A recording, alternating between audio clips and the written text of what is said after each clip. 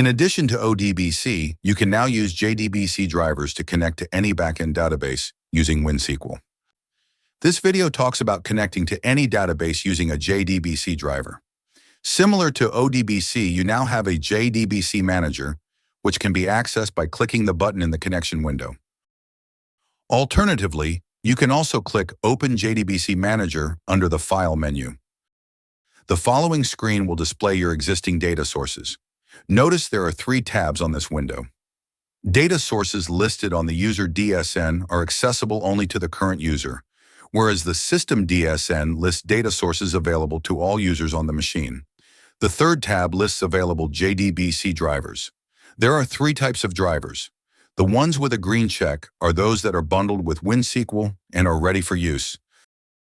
The ones with a red dash are the ones that you must download manually and add the jar file to WinSQL. Highlighting any of these drivers enables the download button. Adding a new driver is a 2-step process. First, you need to download the jar file, and then specify the path of the downloaded file in the second step. Clicking this button will take you to the vendor's download site. The third type is those that are not listed on this screen. This is similar to the second type, but the download URL is not available in WinSQL. In other words, you must download the necessary jar files from the vendor's website.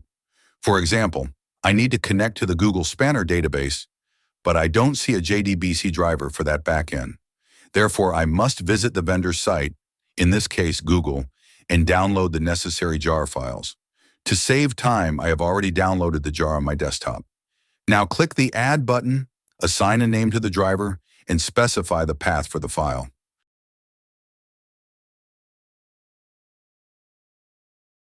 Click the Help button in this window for instructions on determining the URL syntax.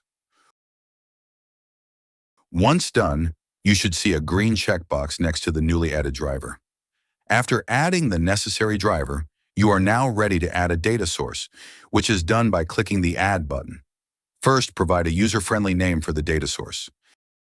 Then select the desired JDBC driver.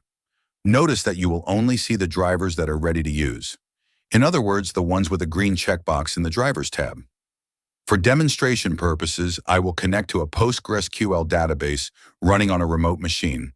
I can either specify the value for connection URL manually or enter values for the fields below, which will modify the connection URL.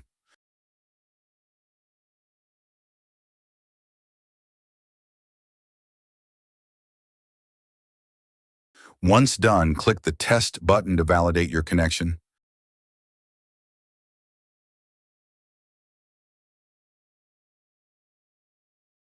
Finally, click File, New Connection to connect to the database.